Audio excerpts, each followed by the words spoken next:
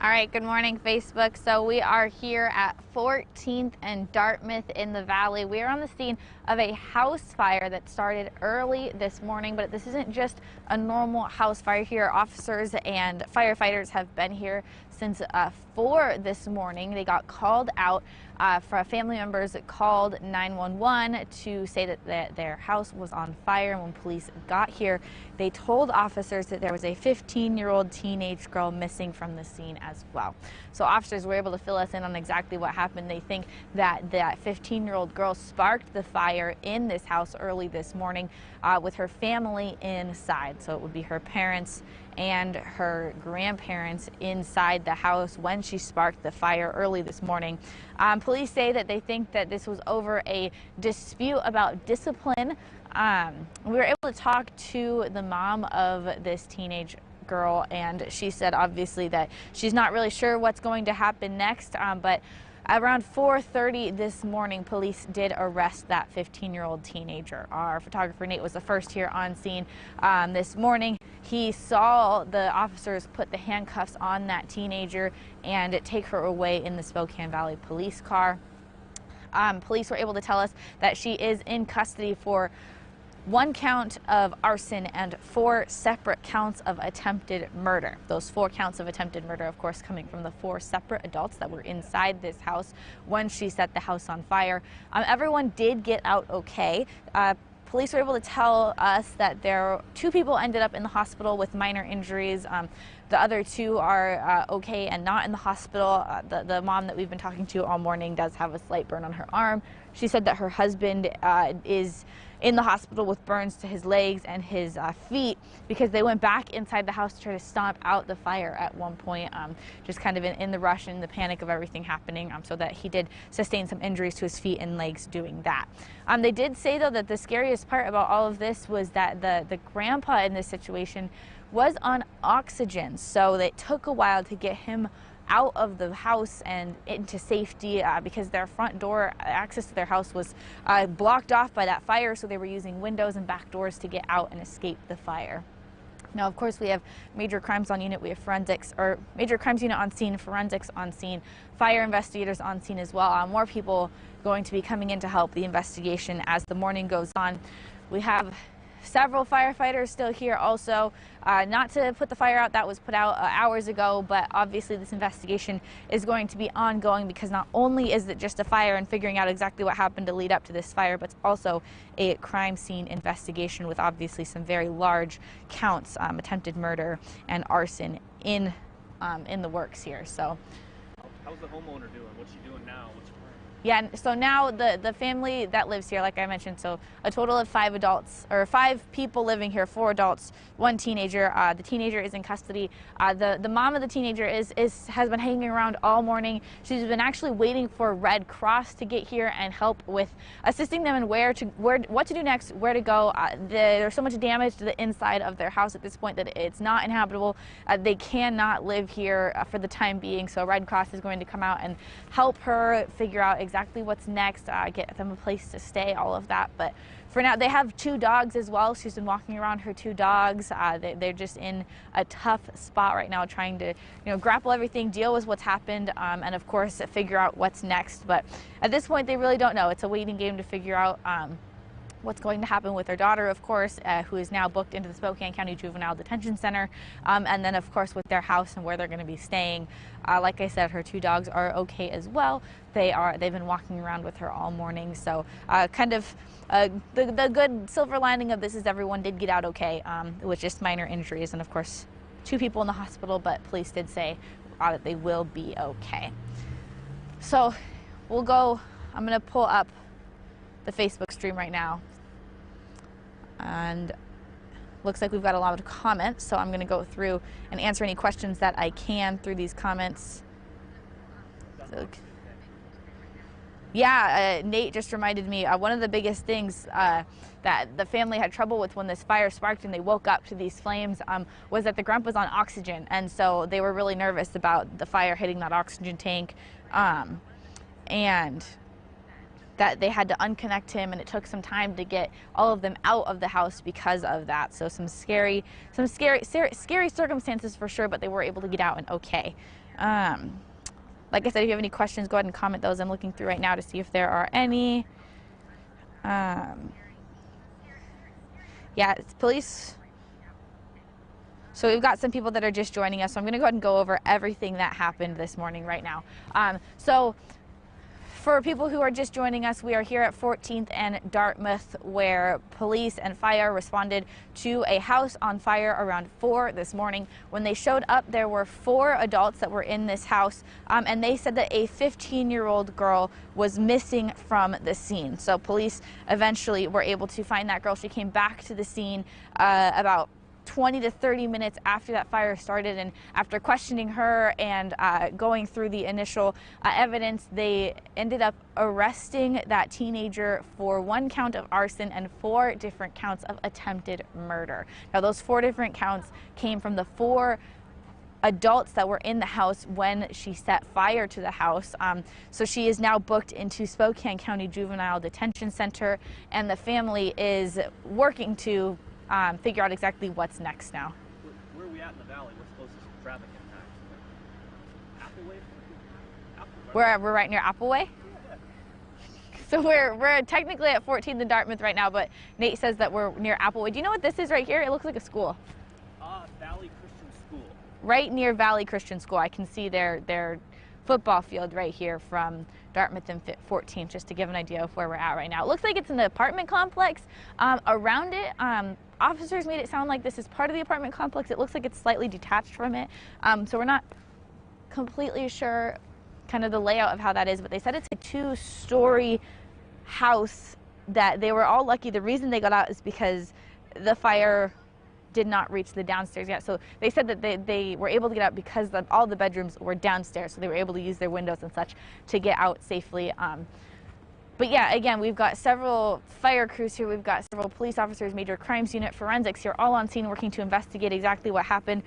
Police were able to tell us at this point they do think that the 15-year-old teenager started the fire in retaliation to some disciplinary action that had been given by the parents. So that is their initial thought as to what the cause and motivation behind this is, but of course there's still a lot of investigation to happen before any final say can be made in that. Still continuing to look through these comments. We've got quite a few, so I don't want to miss any questions that you guys have. The headline said one is in ICU. How is that minor injury? Dolores, thank you for asking that question. Police told us that there were minor injuries, but they said that they're not sure the condition. The police told us there were at least minor injuries. They're not sure about the condition of the people in the hospital, though. We got from the wife that her husband is in the ICU with damage to his legs and his feet, some pretty severe burns on his legs and his feet because he went back in to try to stomp out that fire at one point. So that's coming from his wife, but police told us that there's at least minor injuries. Someone asking where in the valley, again, right near what, Valley Christian High School? Valley Christian High School? Right near Valley Christian High School at 14th and Dartmouth here. How unusual is it to see all of this? You know, yeah, Nate was just, saying that this is the, first time he's seen this in all of his years. He showed up. He was the first here on scene right at 4:30. Obviously, we come cover these house fires, apartment fires pretty often. We come up here to these things. Some, it's just a lot of fire crews, and then it gets put out, and then they leave after within about an hour of it happening and them getting it out. But this one in particular is a big deal. He came up, and instead of just seeing a normal fire, saw someone actually getting arrested. So very different circumstance, different situation.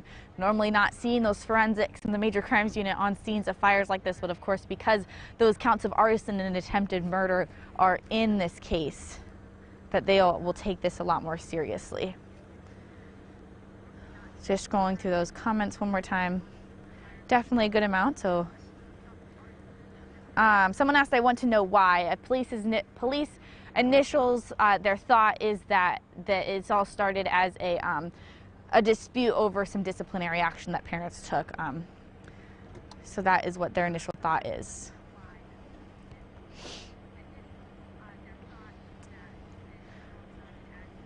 All right, I think I've caught all the questions in the comments. If you have more, go ahead and comment them below. Sorry if I missed any of your questions down there. But you can see, just looking here at what you're looking at, You can see that damage in the patio area right there. Most of the damage is on the inside. It's now uninhabitable, this house, because of so much damage. Oh, yeah. Nate's going to show you right here that this is the forensics team here. The forensics has been here. Major crimes unit has been here. Fire investigators are here as well. So a whole bunch of team members here to complete this investigation as they try to figure out exactly what led up to this. I'm going to call into IFB, Nate. We have about 4 minutes until our next live hit on Up with Creme on the CW22, so bear with me as I get ready for that, but okay.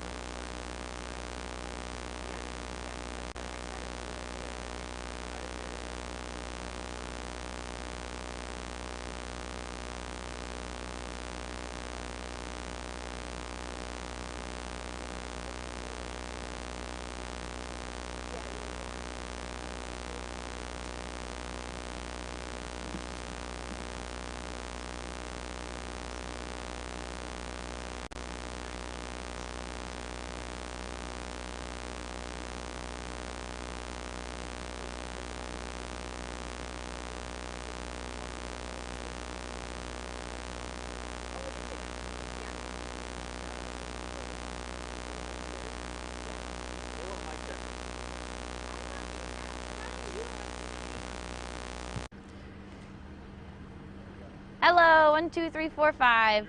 For you on Facebook, I'm getting ready for my live hit on Up with Creme on channel 22, CW22. So if you can tune in there for the latest information, we'll keep this stream up while I do that. So just bear with us while we do our TV hit, and then we'll get right back to the Facebook hit.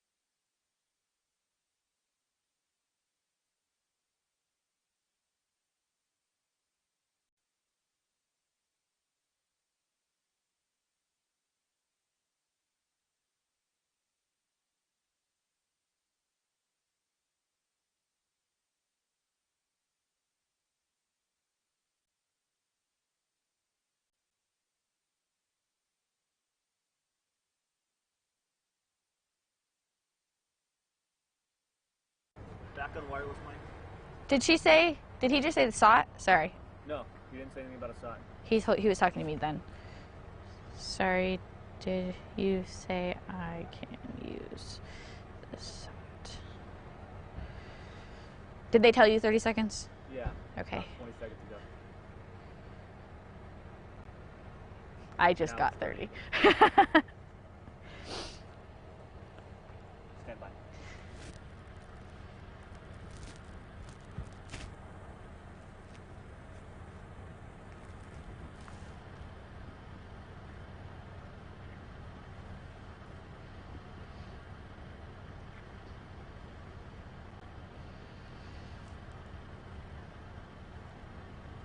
Yeah, good morning, Jen and Joshua. So right now we still have a lot of police activity here. We've got several firefighters, we have major crimes unit, we have forensics here, all on scene working to investigate exactly what led up to this fire this morning. But what we do know so far is Spokane Valley Police, Spokane County Sheriff's Office, was able to tell us that around 4 this morning they got a call from 911 saying that their house was on fire. This family's house was on fire. So when police showed up, they said that there was a 15-year-old teenage girl missing from the scene. That teenage girl showed up about 20 minutes later, and police arrested her for arson and 4 counts of murder. Those 4 counts coming from the 4 adults in that house when she set the house on fire. So, of course, what's next at this point? We talked to the mom, and here's what she had to say.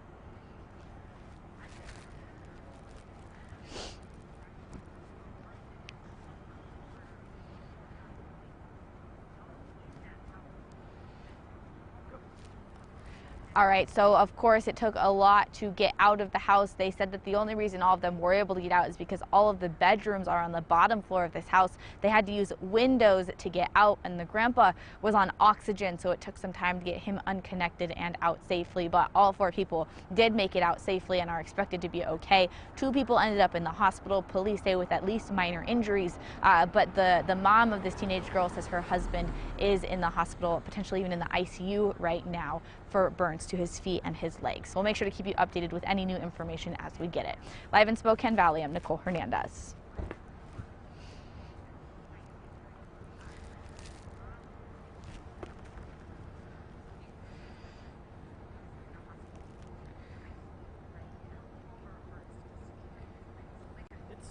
It's tough when they do those sound bites, but then you hear questions. That's what confused me. I didn't know what it was. I almost prefer just cut it off entirely. Yes.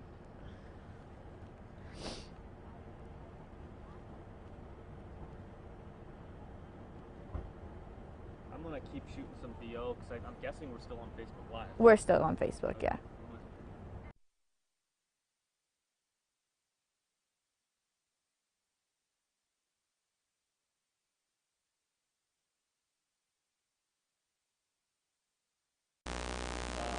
To cut. Oh, God.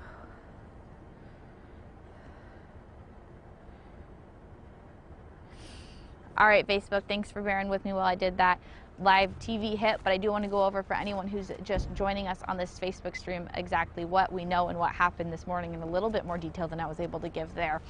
So I'll start from the beginning.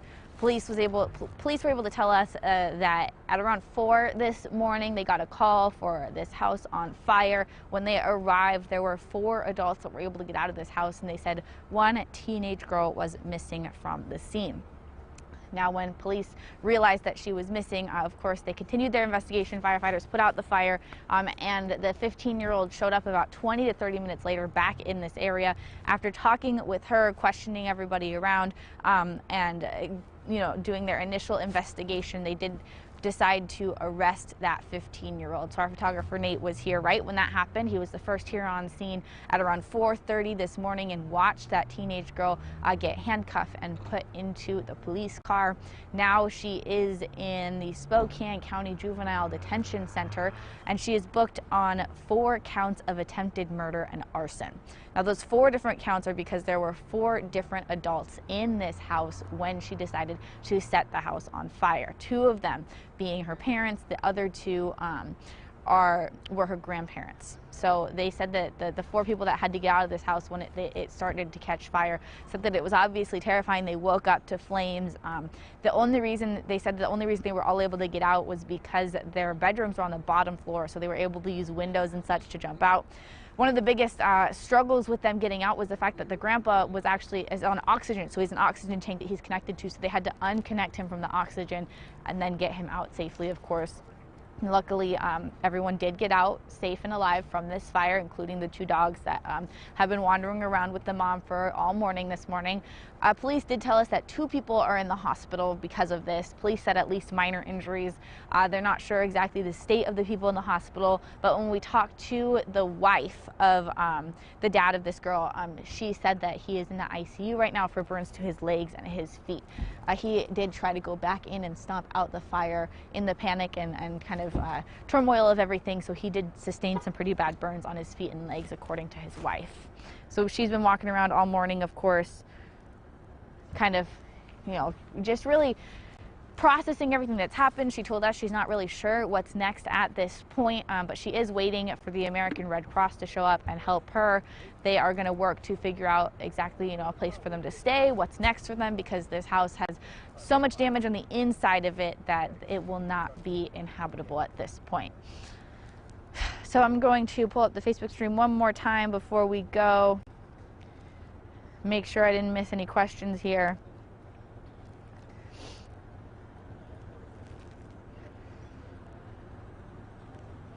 Yeah, it looks like we only have damage to this one house here. It seemed to stay contained within this one little house. Right now we have Spokane County Sheriff's Office Emergency Management pulling up, just another team here working on this investigation.